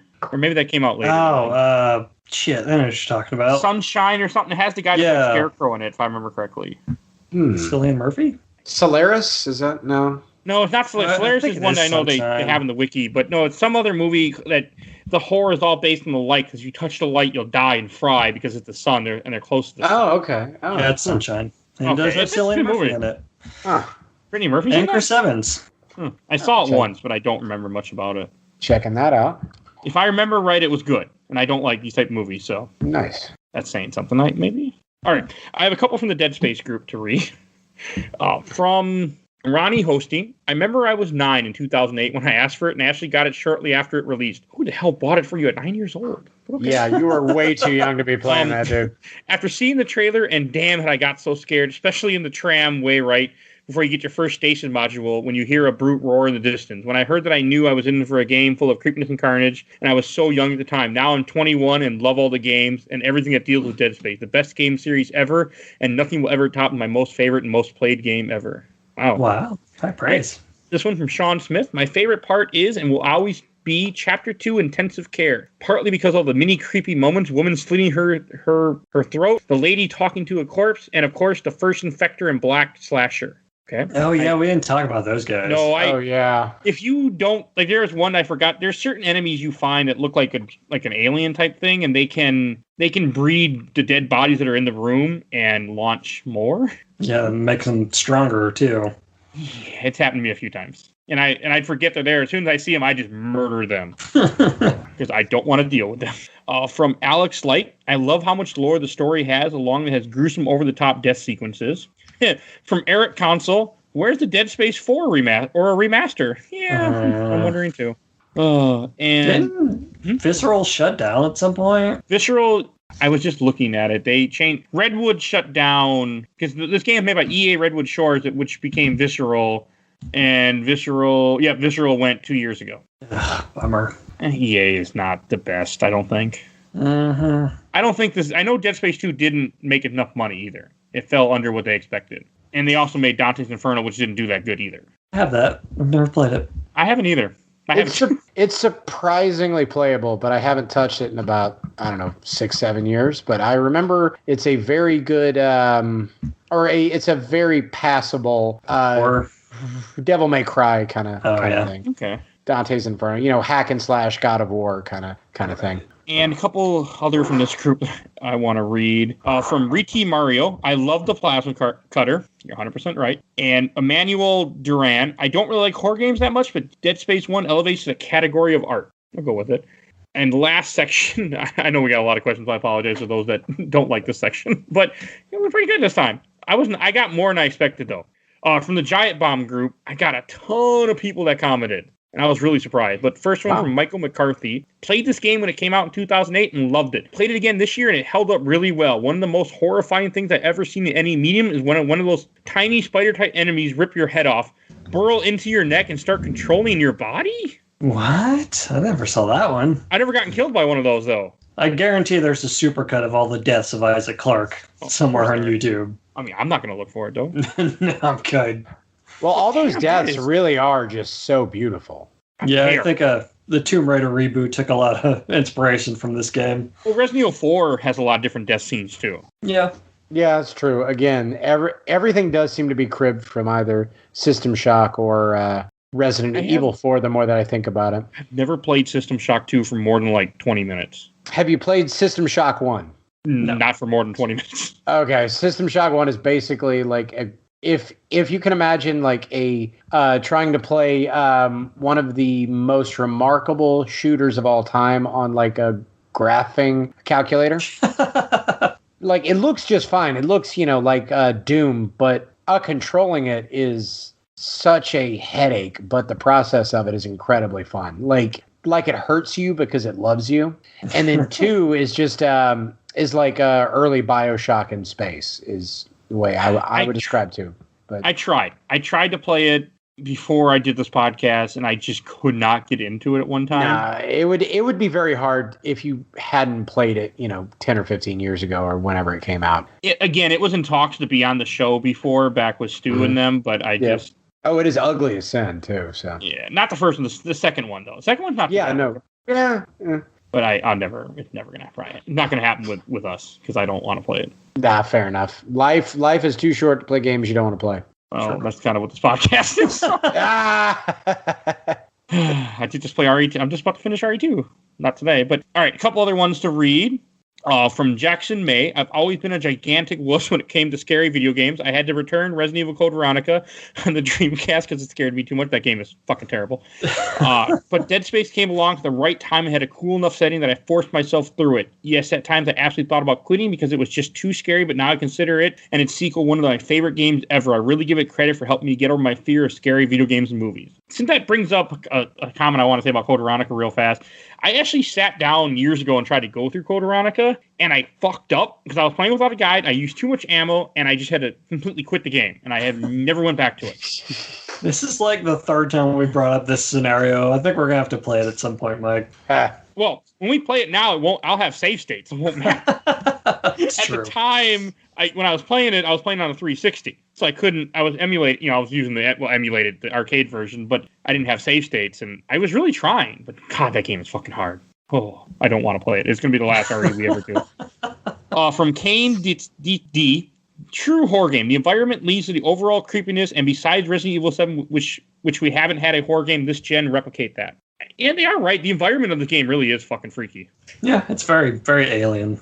All right, here's one from Daniel Fitzgerald. I always remember my ex-wife picked this game up for me while I was at work and decided to give it a shot before I got home. She said she made it to the part where the necromorph forces the elevator door open after being chased and immediately powered off the Xbox. She never tried to play it ever again. That's right at the beginning. Yep, that part freaked me out too because there's another part right after that. Like, oh, I'll be fine. I ran in the elevator. I didn't hit the button right away, and he ran in the elevator with me. And I was like, what? What are you doing? Well, there's also two separate incidences where you're riding the elevator and necromorphs pop down into it while you're riding. Yeah. Nothing's sacred. I took the most damage early in this game than I did later in this game. Oh, yeah. Well, I mean, by later, you're powered up anyway. Well, I also knew what I was doing. Unlike, maybe you go through the first hallway in a certain game that we're playing next week where I almost died and really pissed off. But hey. And somebody did post something I forgot. There was a video or an ad campaign that said Moms Hate Dead Space. Yeah, I think that was 2. It's 2. Okay, it's 2. Oh, man, it's good, though. We'll talk about that next year. We haven't talked about this, so I should read this one. From Zach Balford, the sound design of this game is top tier. We haven't really mentioned that, but he's right. Yeah, no, it is. Yeah. I love the Foley on that. Especially when one's playing possum and you walk right up next to it and you just hear that. But then as you move away, you like it. There's some kind of like echo on it to where it sounds like, oh man, what's the best way I can put it? Okay, so like I don't know if you like actively ran away from one of these things and then you would turn a corner, but it almost felt like you could hear the echo of it coming from somewhere and you couldn't quite tell where because it was bouncing off the inside of the walls of the ship itself. But incredibly well done, especially if you're playing it on headphones. Mm-hmm. And which is even crazier because again, it came out 12 years ago? Yep, 2008. Yeah, totally. Yeah, that is Well, in 2020 world, it's been 15 because 2020's been going on for Oh my God, yeah. Jeez. Yeah, real quick, there's a necromorphs playing possum. That's another good use for kinesis. I just shot him. If it's just a normal dead body, you can pick it up with kinesis. If kinesis doesn't affect it, then it's still alive. Ooh, clever. Okay. So clever. I just shot him. I saw a dead body. I just shot it to see what would happen. If it moved, it got shot more. But I didn't care about ammo. I had so much ammo. I sold ammo. First time I played this game, I hid ammo and hoarded it, and I'm like, I don't need to do this. It's fine. Gives you plenty on easy. Maybe not in hard mode. I never got very far in hard mode, so they might not be. You might have to actually conserve your ammo in that. I don't know. More than likely. So it becomes more of a what do they call it? Survival horror, yeah. Okay. Right. I'll never play it again, but yeah. I think the enemies have more health, so it just you get the same amount of ammo, but it takes more to take out enemies. Yeah, plus if I remember, you can't kite enemies in this game, so it's not like you can really avoid stuff. It makes you kill things. Yeah, pretty much, yeah. No, you get to kill things. It sort of locks you in, yeah. It's a reward. All right. Last one. I'm going to read two more. This one and then one of them, and I'm done with this part. From Dave Tedesco, I think Dead Space is my top 5 favorite games of all time. I just beat Dead Space 3 for the first time in years last week, and neither sequel comes close to the original game. Wow. Ishimura is such a great set piece, and it's such a fun and original story, and the gameplay is just as original. This game was also my very first platinum trophy. Congratulations! He got the turret one. Impressive. That is impressive. And the last one from Adrian Theobald. There's always Peng. I forgot about Peng. I didn't do it this time through because I didn't give a shit, but it's a little like hidden item near a shuttle in chapter 10 or 11 that you can sell for a bunch of money. Oh, yeah. I think it's in all 3 games. It's some insider joke. And it's also, is it this game? Does this game have the secret weapon that's a foam finger? That's 2. Okay. There's a secret, isn't there a secret weapon if you beat the game or no? Not in this one, no. Okay. No. Okay, it's been a long time. All right, I think we should go to Shelf or Box. Let's hit it. All right, and Mike, your pick. Why don't you go first? The Ripper is a handheld cutting tool that launches a circular saw blade which is attached to a miniature gravity tether. The Ripper's primary function launches a saw blade that hovers in front of the tool for a default 7 seconds prior to upgrades, while the secondary function ejects an untethered saw disc at high speed. This game is going on the shelf. I'll go next. Obviously, for me, this game's also going on the shelf. I enjoyed it in 2009 when I played it for the first time when I got a 360. I enjoyed it when I played it 2 years ago. I enjoyed it again. It is such a good game. And unfortunately, you can only really buy it now on Steam or play it in older hardware because EA is stupid right now about that. But play it. It's worth it. And going on the shelf, and I will always recommend this to people. How about you, Cody? Hang on. I'm pulling up my thing here. Yes, the Ripper is a handheld cutting tool that latches. Dude, did you only use the Ripper? Or mainly use the Ripper? Yeah, dude, I love it so much. Again, I don't even think it's the most useful weapon in this game, but it's so much fun to use. But really, everything is so creative and beautiful and disgusting and isolating. And I love the lack of HUD. I love the UI, which is pretty much saying the same thing but in a different way. I think it's paced really well. I like the Leviathan so much with its just big, disgusting, fleshy, toothy, just maw that you just fire explosives into. I like that there is a weapon that is just like a fuck you beam and you just and it just eats up. I love that. What is that thing called? That big giant like beam that you fire. I wouldn't know. Well, yeah, Mike wouldn't know. Michael, do you know what that is? Shoot. Oh, now I got what he's talking about. Yeah. I never used it this time, but I know it exists. Which one is it? It's great for bosses. The Force Can or something it's called? Yeah. Oh, yeah, the shotgun, essentially. Okay, I just used the pistol. Again, I don't know the names of really anything. I just know it as the contact beam. Yes. Yeah. There it is. The contact beam, which just watching that heat up and fry things is just part jackhammer and part energy wrecking ball. That sounds awesome.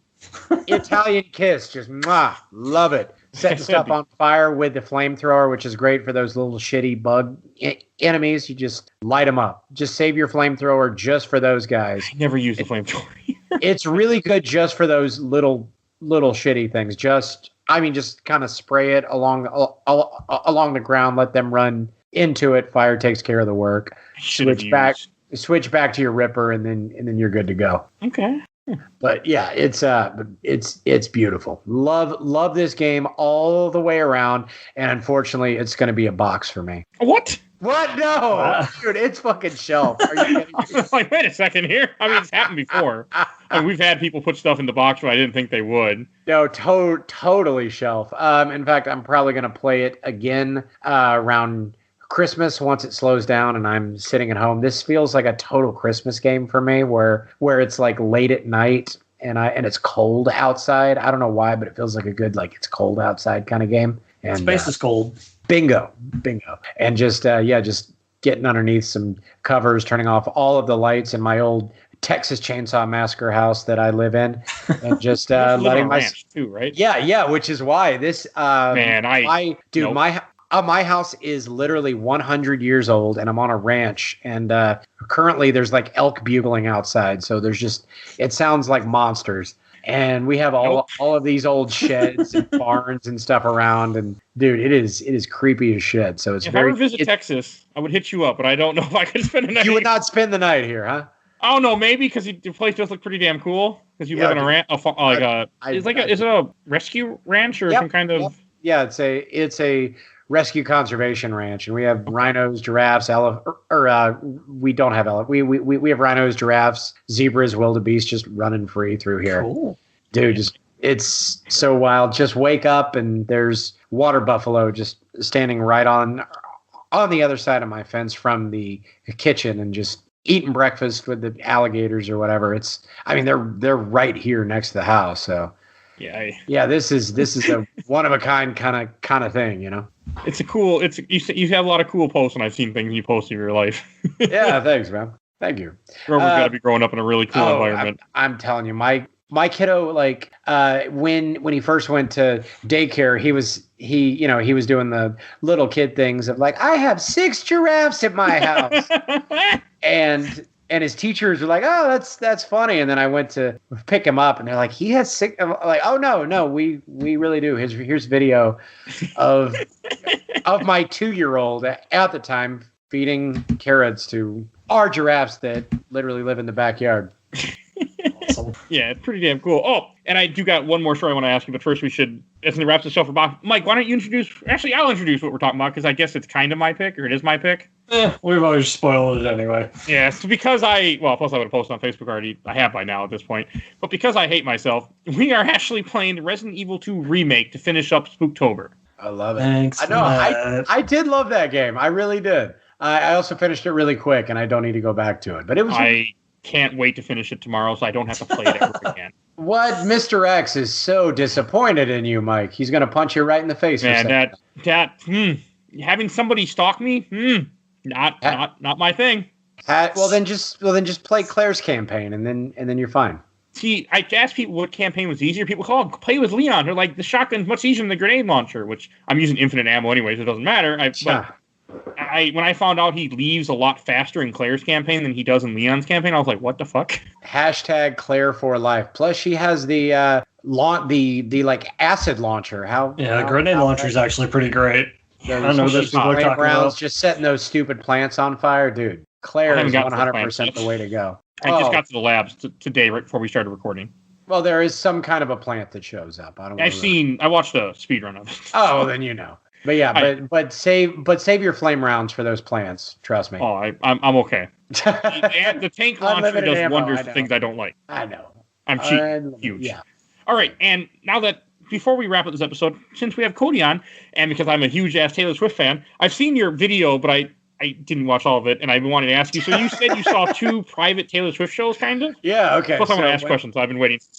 Oh yeah, no. If you want to hear the Taylor Swift story, you can hear it straight from the horse's mouth. When I first started in radio, it was around 2005, and people used to send us demos all of the time, and I am the world's worst person at picking out which band is going to make it. My German girlfriend at the time sent me a band that she found on MySpace, and she's like, you should play this on the radio. And I said, this is a good song, but it's never going to make it because the chorus of this song is, haven't you people ever heard of Closing the Goddamn Door? And it was Panic at the Disco. Wow. They'll never make it. They'll never make it, those kids. Yeah, no, I'm the world's worst at trying to pick out which band's going to get big. Is that why you don't work for the radio anymore? Yeah, among many reasons. But also it is a dead medium. But yeah, no, when I first started, we used to have a band come in about once a week, and I was dating the same German girl, and I would just give her all of the demos because I didn't want them to clutter up my desk. But, it was the same it was either like somebody's rock band, college rock band, or it was like Little Blonde Girls. That was the number one thing. I was I was working for a country music station at the time, and every other week there would be some 16-year-old blonde girl. She'd come in, she'd play a song on the acoustic guitar, and it would be fine. It was a perfectly fine song. And the one that really stuck out to me was a girl by the name of Katie Arminger. I thought she was going to be the biggest thing in the whole world, and we all know how famous. I mean, she's a household name at this point. But about 2 weeks later, there was another little blonde girl. She came in on an RV. Her family was very nice. She played 2 songs for me. I shook her hand. I got her demo disc. We interviewed her for 15 minutes, and then she left. And I go back to that same German girl that I was dating, and I said, this is just another one of those girls. Like, we have one every other week, and this one is going to be so confusing to everybody because the song is called Tim McGraw, but the artist's name is Taylor Swift. And I was just a little bit wrong about that because 6 months later, switched to her being the biggest thing in the world. Fast forward, that was 2005. Fast forward to 2015. This is the one that I would have loved to have been years. About 10 years later, I am in New York City. I am staying in the Park Central Hotel in Manhattan. I decide that I want to go downstairs and find a sports bar. And I start to wander the streets of Manhattan in search of a sports bar. I smoke a pipe. I run into an Irish fellow also on the street smoking a pipe, and he's like, "Oh, however those guys talk." and he finds out I am from Austin, Texas. He goes, "Oh, so I see a lot of live music, do you there?" I'm not going to do the voice anymore, so somebody's going to be listening from Dublin and is going to kick my ass. But he's like, "Yeah, you like live music." So there's apparently not a lot of live music bars in Manhattan. I'm surprised. Yeah, I know. Like they're in. There's lots of them in Brooklyn, but like Manhattan is all nightclubs. It's all DJ What's His Nuts playing some EDM music or whatever. But as far as like live bands playing, they're apparently somewhat hard to find there. So he takes me to this old bar about 12 blocks southeast of that, and there is there's a band playing upstairs, which I thought is the band, which is what I think he does. But he follows, but he leads me through this bar, and we go down a spiral staircase, and it's like something out of a movie because underneath that bar is a speakeasy. And he does the thing where he like knocks and they slide the thing open and they see it's us and then they let us through. And you could smoke in there, which if you know anything about New York City, you can't smoke anywhere, and you could smoke underground in this place. You can't smoke anywhere in the United States really anymore. Legally, no. I mean, yeah. I mean, but yeah. So it was like indoor smoking in like Manhattan, and there's this little tiny bar in the corner of it, and there is a live band playing, and it's packed full of people in this really, really tiny place, totally against fire code. Only way in or out is this spiral staircase. And then the band, over in the corner, there are these 10 little blonde girls that look all alike, like exactly alike, wearing the same clothes. The band starts playing Shake It Off, and one of those little blonde girls pops up, elbows everybody out of the way, jumps up on stage, and it's Taylor fucking Swift again 10 years later. And she sings Shake It Off to an audience of maybe 50 people, and I should have appreciated it more for how awesome it was. But she played that, and then, she played something else. And I'm really sorry. New Romantics? No, it was because it would have been off the 1989 album, I'm assuming. No. This is like 2015. Was that? Well, Shake It Off is the 1989 album. How does that song go? Sing it for me. I can sing it, but I'm trying to sing it for me, Mike. Maybe we're the new romantics. You come along with me. Heartbreak is our national anthem. We sing it proudly. That's it. Yes. Wow. Yes. I was expecting to do that in the air. Honestly, I kind of already knew that was it. I just really wanted you to sing. Oh, that's okay. I listened to it enough. That song is awesome. So that. And then, but the one that really, really got me is she finished with a cover of "Walking After Midnight" by Patsy Cline, and I'm like, yeah, I totally get it. She's got talent. She's famous for a reason, and this is it, because she slayed it. She's also a good person, I think, too. Yeah, no, she seemed really nice with the first time that I met her. She's a bitch, but you know what? At least she's not psycho, so at least not in some aspects. She doesn't agree with crazy people, so, I'll take it. No, she was really nice to me. Like, I mean, like the first time that I that I spoke with her. I didn't speak to her the second time because I didn't want to be the guy that rolls up. Hey, remember me from 10 years ago? I'm like, yeah, that's a great way to get tackled by somebody. Yeah, but who knows? 2025, I might run into Taylor Swift again. Oh, I heard part of that story on your YouTube. I'm like, I gotta have bring it on the show. Yeah, no, that was yep. So I have accidentally been to 2 private Taylor Swift concerts. The first one that I didn't even really know it was Taylor Swift until after the concert was over and she was already back on her RV. But which I have so many people that are so mad at me because I have had that happen to me and they're such huge Taylor Swift fans. I mean, some people just get lucky in life. Some people have a lot of bad things happen. That was it. It's just one of those, and I have so many weird stories where I've just been in the right place at the right time. But just I had a chance to go to her Reputation concert. I didn't go because it was like we had nosebleed seats, and I had someone that wanted to buy the seats off me, and I'm like, well, I'd rather sell it than go. But to be like in that little area, 100% would have been. I don't like smoking, but I've been 100% on board.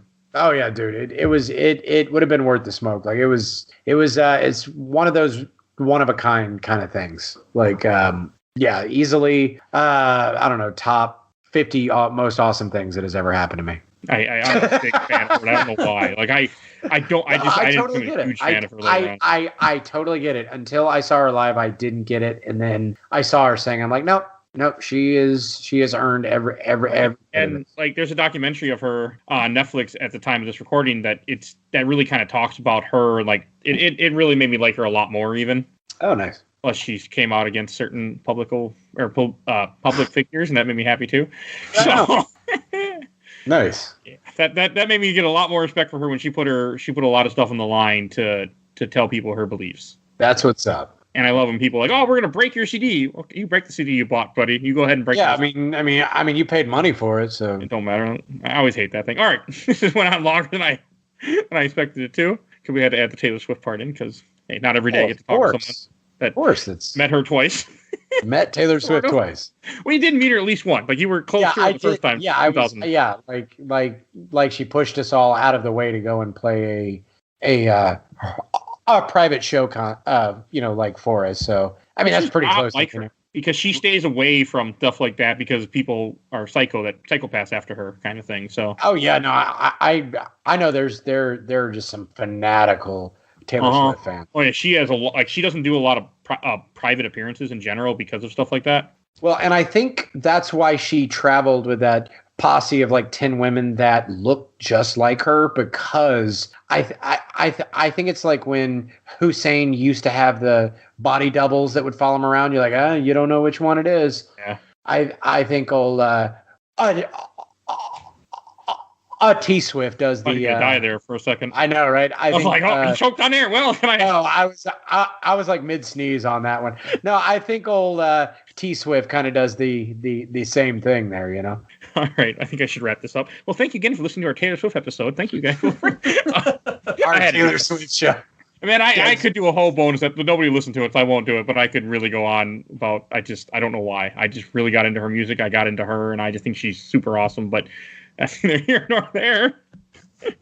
All right, I want to thank everyone for listening. If you enjoyed this episode, definitely check out Cody Laveau's YouTube channel. There'll be a link in the show notes. Please do. I have been stung by 65 bees. I met Gary Busey. I met Taylor Swift. I talk about why you should not put a bath bomb up your butt. I talk about why hippos might be the most disgusting animal of all time. I talk about how to survive a hurricane, which you might be needing right now. And, of course, check out my latest video where I might or might not get attacked by a succubus that might or might not look a lot like Merrick DeVille. Check all of that out and more on the official Cody Laveau YouTube channel. If you see a guy with my name who looks like a Nazi, that is not me. Fuck that guy. Is there a guy who's the same name as a Nazi? Yeah. That's the only other Cody Laveau on the internet, and he's recently changed his name to Cody Saint something because I started to take away views for him, and I could not be happier about it. I look forward to when Nazis aren't okay with being proud, Nazis out front. I want to fight that guy over who gets to use our like real name. If like somebody can help me get in touch with that, let's get like an MMA fight going. This guy has dreads. He's very top heavy. I could bring him right down. I do know a guy that's an MMA fighter, sort of. Well, he's in the same group I'm in.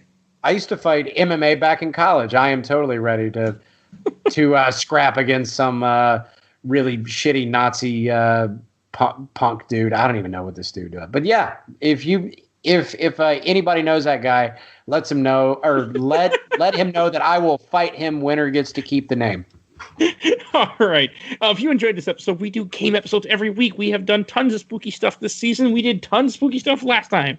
And there's a lot of spooky stuff. So go definitely check out the old episodes. We do comics. We do movies. Definitely check all those out. We release 2 episodes a week. There's lots of stuff for you guys to listen to. Also, I'm going to give a shout out to our awesome intro and outro, courtesy of Bobby, a.k.a. Mike Stoney from his EP, Bite the Bullet. Song to Cool Kid Squad. There'll be a link in the show notes. Check him out. And if you enjoyed the show, please tell a friend, tell an enemy, tell anybody. Please, anything you can do to get a new listener helps this show out and makes me happier. My number ticks up. So please do that. And also, if you'd like this, please follow us on Facebook, Instagram, and Twitter, where I'm constantly posting new images of upcoming games, and I post memes. I post memes now. So follow us. Hey, it works. I post memes, I share it in groups, and people like the page. That's what's up. I don't know if they listen to the show, but they like the page. That works. I'll take it. And then somebody's like, "You stole this meme." I'm like, every meme is stolen, guys. Like, no, I actually had someone comment like, "Oh, this admin stole this meme." Like, well, that's the definition of what a meme is, isn't it? A memes are made to be stolen and then scattered amongst everybody else. I think it was because I used it to get people to like my page that made him not get upset. But again, that's literally the definition of what a meme is. Yeah. I mean, I liked his comment. I didn't care. I'm like, okay, like, of course I stole this meme because it's cool. Well, then tell him to make a very funny and original meme, and then you'll steal that too. I should comment that. It was a Final Fantasy VII meme with the perfection thing from iTunes, Steve Jobs, and then the bottom one was Chrono Trigger bike ride said perfection. Which anything Chrono Trigger, I'm 100% on board. Nice. It's the greatest game ever made. Oh, it's beautiful. Love it's going to be a 5-hour podcast in a few episodes. So episode 100, we're going to touch base on Chrono Trigger. Touch base. Yeah, I gotta warn Rich that like he has to be. If I can, we're going to record half it on Saturday, half it on Sunday, because it's going to be a fucking beast. Mm-hmm. So, yeah, get ready for that one. Dope. All right. And again, thank everyone for listening. We will see you guys all next time. And thank you again for coming on Cajun Crippler. And everyone have a wonderful day. Bye, everybody. Bye-bye. Take it easy.